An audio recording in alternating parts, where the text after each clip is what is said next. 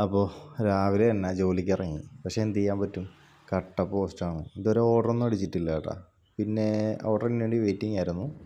പിന്നെ അതാ first order എടുത്ത്. കട്ട വെയിലാണ്, അതുകൊണ്ടാണ് ഈ മാസ്കും കാര്യങ്ങളൊക്കെ വെച്ചേക്കുന്നത്. പിന്നെ ആകെയുള്ള ആശ്വാസം ഇതുപോലെ പാലത്തിൻ്റെ അടി വന്നിരിക്കുമ്പോൾ നല്ല സുഖമാണ്. എൻ്റെ പൊന്നോ, നടുവൊടിയാൻ ഇമാതിരി ഒരു റോഡ് മതി. നമ്മുടെ കഴക്കൂട്ടം ബൈപ്പാസിൻ്റെ ബാക്ക് സൈഡ് ആ ഒരു അൽസാജൊക്കെ വരുന്ന സ്ഥലത്തുള്ള റോഡാണ്. കിടക്കണമെങ്കിൽ ഫുള്ള് കാടും കയറി കിടക്കുക. അയ്യോ, നടുപോയേ. അപ്പോൾ അടുത്ത ഓർഡർ ലേ അറേബ്യയിലായിരുന്നു കേട്ടോ. അവിടെ നിന്ന് ഓർഡർ എടുത്ത്. നല്ല പൊരിഞ്ഞ വെയിലാണ്, പക്ഷെ എന്ത് ചെയ്യാൻ, പോയല്ലേ പറ്റുള്ളൂ ഓർഡർ എടുക്കാനായിട്ട്.